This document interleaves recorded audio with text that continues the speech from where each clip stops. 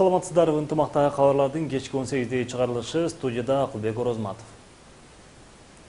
Бычактан жараат алган 4 окуучунун бирин абалы оор. Бул туурасында Азаттыкка Мамакеев атындагы улуттук хирургиялык борбордун дарыгери Алмаз Самаков билдирди. Анын маалыматына караганда, спорт интернаттын 10 класстын окуучусу ооруканага түшөрү менен операция жасалган. Баланын курсагына сайылган бычак бооруна тийип, 12 эли жоон ичегисин тешип кеткен. Ушул тапта бала реанимация бөлүмүнөн жөнөкөй палатага которулду. Анын абалы оор бойдон калууда. Окуучунун ата-энеси Жалал Абад облусуна караштуу Аксы районунда жашайт. Азыр алар баласын карап ооруканада. 16 сентябрдагы Бишкектеги Аламидин 1 кичи райондагы Олимпиадалык резерв мектебинин жана 38 мектептин окуучулары мушташа кетип, 4 бала бычак жеп ооруканага түшкөн. Окуучулардын массалык мушташынан улам мектептерде тартип көзөмөлү күчөтүлдү. Бул тууралуу Билим берүү министрлигинин басма сөз кызматынан билдирет. Министрликтин маалыматы боюнча, учурда жалпы билим берүү мекемелеринде тартип көзөмөлү күчөтүлүп, ата-энелер, социалдык педагогдор жана жашы жетеректердин иши боюнча инспекторлордун катышуусу менен чогулуштар өтүп жатат. Мындан сырткары кырсыктардын алдын алуу максатында окуучулар арасында түшүндүрүү иштери активдешти.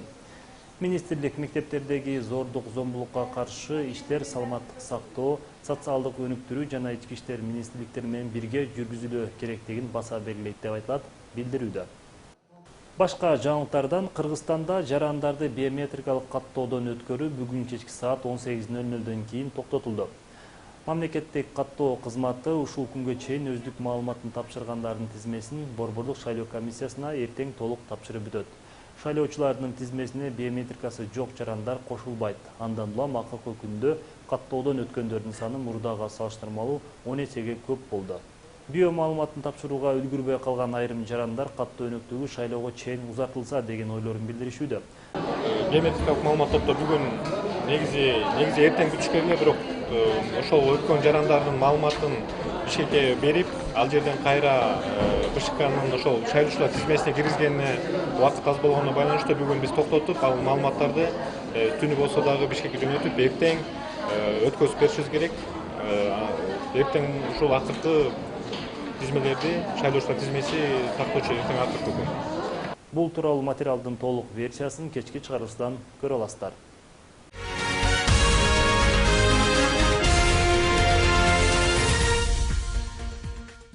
Дарылануудан кийин бөлүмгө кайтып келбеген Улуттук гвардиянын катардагы аскерине издөө жарыяланды. Бул тууралуу куралдуу күчтөрдүн башкы штабынын маалыматтык камсыздоо башкармалыгы билдирди.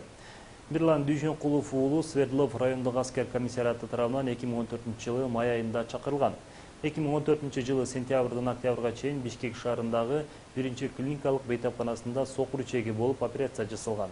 9-октябрда оорусу боюнча отпуска берүү менен бейтапканага чыгарылган. Андан кийин кызмат өтөөгө кайтып келген эмес. Ошондон бери изделип, иштер жыйынтык берген жок. Аталган факт боюнча Улуттук гвардия тарабынан кызматтык иликтөө жасалып, материалдар Бишкек гарнизонунун аскер прокуратурасына берилген. 2014-жылы 13 ноябрда Бишкек гарнизонунун аскер прокуратурасы өз билемдик менен кызматтордун таштоо боюнча кылмыш ишин козгогон. Ынтымак түрдүү кесип ээлери менен тааныштырууну улантат. Заман агымына жараша улуттук кийимдерге өзгөчөлүктөрдү киргизүү ыкмасы жанданып келатат. Саркеч кийимдерге кыргыздын ой мүнөрүн түшүргөн чеберлердин бири Айсалкын Шакирова. Ал бул кесип менен 16 жылдан бери алектенип, үлпөт көйнөктөрүн да улуттук колоритте тигүүнү өздөштүрүп алган. Колунан көөрү төгүлгөн чебер тууралуу Мээрим Жакыпова кеп кылат. Жөнөкөй сайма менен эле саркеч кийимдерди жараткан Айсалкын Шакирова Ош шаарындагы белгилүү чеберлердин бири. Сырттан караганда сайма түшүрүү оңой көрүнгөнү менен көп мээнети талап кылынат. Чебер айым көбүнчө буйртма менен улуттук колориттеги кийимдерди тигет. Мен Домбытага университетти бүткөндөн кийин келдим. Андан кийин тажрыйбамы дагы кеңирлеткени Бишкекке окууга барганмын. Ал жерде курста окудум чындыгында. Андан келгенден кийин бул жерде уже эмгек жолун баштагам. Ар бир кесиптин өзүнө жараша кыйынчылыгы бар. Ушул сыяктуу тигүүчүлүк кесип да оңой эмес. Чеберчилик убакытты, чыдамкайлуулукту жана чыгармачылыкты талап кылат. Татаалдыгына карабай бул жумушту тигүүчү айым 16 жылдан бери аркалап келет. Мен бул жерге Айсалкынга дайыма мындай жакшына фасондуу кийимдерди тиктирем деп келип тиктирип жүрөм. анан кийин элдин суроо талаптарын дайыма жакшы аткарат, ишенимдүү бучмачы деп ойлойм. Анан кийин ушу өзүм каалаган кийимдерди ушу жерге тиктирип жүрөм. Оюмдагыдай тигип берет, клиенттерди нааразы кылбайт.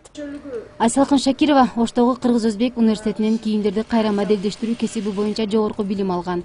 1999 жылдан бери ушул кесип менен алектенип, бучууну да жакшы өздөштүрүп калды.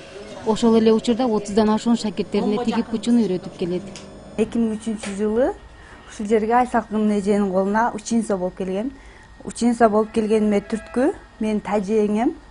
Ошо окуп эмне кылсаң жакшы үйрөнө албайсың. Одон көрө шагирт болуп, көзүң менен көрүп үйрөнгөнүң жакшы деп бу жеңем колуна алып келген. Анан жакшы жеңем, домбута боюнча алдыңкылар десем деле болот. Анан ошо 2005-жылга чейин 2 жыл шагирт болуп үйрөнүп, ошо айтканын тигип эмне кылдым. Бала кезинен мугалим болом деген айымга бул өнөр апасынан өткөн. Кызыгуусу күч болгондуктан оңой эле өздөштүрүп кеткенин айтат. Өз кесибинин катуу сүйгөндөрдүн катарын толуктайт. Анткени 16 жыл аралыгында бир да ирет тажаган учур болгон эмес. Алган буйртмаларын кынтыксыз тигүүгө аракет кылгандыктан кардалары көп. Катарында эстрадачылары да бар. Бизге заказ берген көбүнчө мисалы катардагы элдер эле эмес, белгилүү адамдар дагы өздөрү клип тартканда, концерт бергендер да заказ беришет да. Анан бул дагы бир белгилүү кишибиз заказ берип кеткен, бүгүн алып кетиш керек. Клипке тартылганга да. Анан бунун артында дагы оймого көбүрөөк көңүл бурдук, ошон үчүн буга 3 күн убактыбыз кетти. Азыр чебер айым аялдардын гана кийимин жаратуу менен чектелбестен эркектердин костюмдарын тигип жаткан кези. Мындан сырткары кыргыздын улуттук баш кийими болгон элечектин түрлөрүн жасайт. Алдыда дагы заманбап талабына ылайык саркеч кийимдерин жаратууга изденип жаткан кези. Бизде болсо кээбиркилер бар дейм, арзан болсо дейм. Мерим Жакыпова, Азам Бузриков, Ынтымак. Боомдогу автожолдун бир катар жерлери 21 сентябрдан 30 октябрга чейин күн сайын 10-дон 15:00-гө чейин жабылып турат. Бул туурасында Кыргыз темир жолу улуттук компания мамлекеттик ишканасынын маалымат кызматы билдирди. Поезд жана автомобиль каттамдарынын коопсуздугун сакташ үчүн Бишкек-Тору-Арт автожолунун Боом капчыгайында 119-чакырымдан тартып 132 чакырымына чейинки аралыгы таштарды кулап түшүрүү иштеринен улам жабылып жатат. Таш кулатуу иштери автомобиль жана темир жол каттамдарына улуттук коркунуч жаратат. Андыктан Ички иштер министрлигинин жол кайгылуу кызматы тарабынан жол жабылып турат деп билдирилет маалымат кызматтан. Алар келтирилген ыңгайсыздыктар үчүн жүргүнчүлөрдөн алдын ала кечирим сурай тургандыктарын билдиришти. Сиздерге жеткирүүгө үлгүргөн акыркы маалыматтарыбыз мына ушулар болду. Ушул эле жаңылыктарды Ынтымак ЧКТ сайтынан окуп, Ынтымак радиосундагы Транзит 106.1 маалымат программасынан уксаңыздар болот. Сиздер Ынтымакта саат 18-деги жаңылыктардын топтому менен тааныштыңыздар. Ушул эле маалыматтардын толук чыгарылышын кечки 20:00-дөгү чалышуудан көрсөңүздөр болот. Студияда мен Акылбек Оросматов болдум. Саламатта калыңыздар.